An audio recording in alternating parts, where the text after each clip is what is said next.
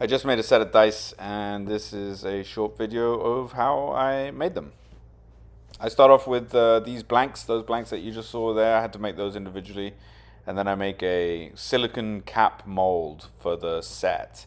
I wanted to make a mold for the whole set. So I mixed together some silicon. It's 2-part silicon, pretty simple process, and mix it together and pour that over the dice into this frame that I've made, and then I put that frame into a pressure pot overnight to make sure that there are no bubbles in the silicon, and voila.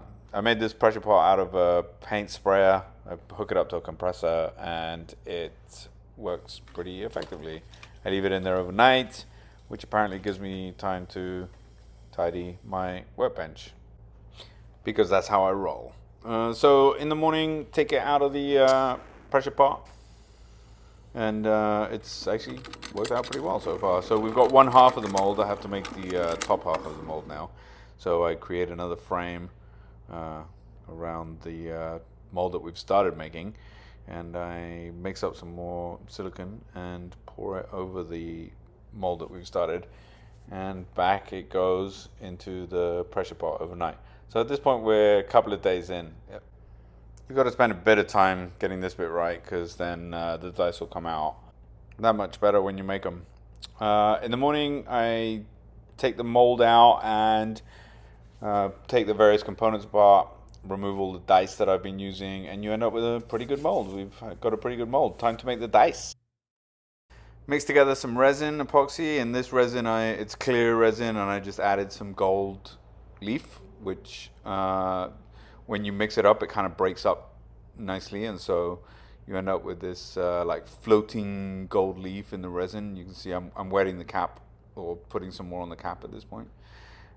You wanted blue and red, so I add a little blue alcohol ink and a drop of red alcohol ink as well. It just kind of sits on the top if you don't mix it in, and so I push it in a little bit. I kind of mix it in a little bit with a toothpick, not all the way, but just enough so that I want kind of a part of the dice, a third of the dice or something, to have some ink color in it. So I do that. I put the cap back on, and I have to leave this for about 3 days this time. So this is now 3 days later.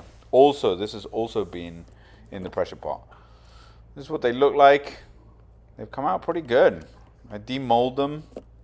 I'm pretty happy with them, actually. They're pretty cool.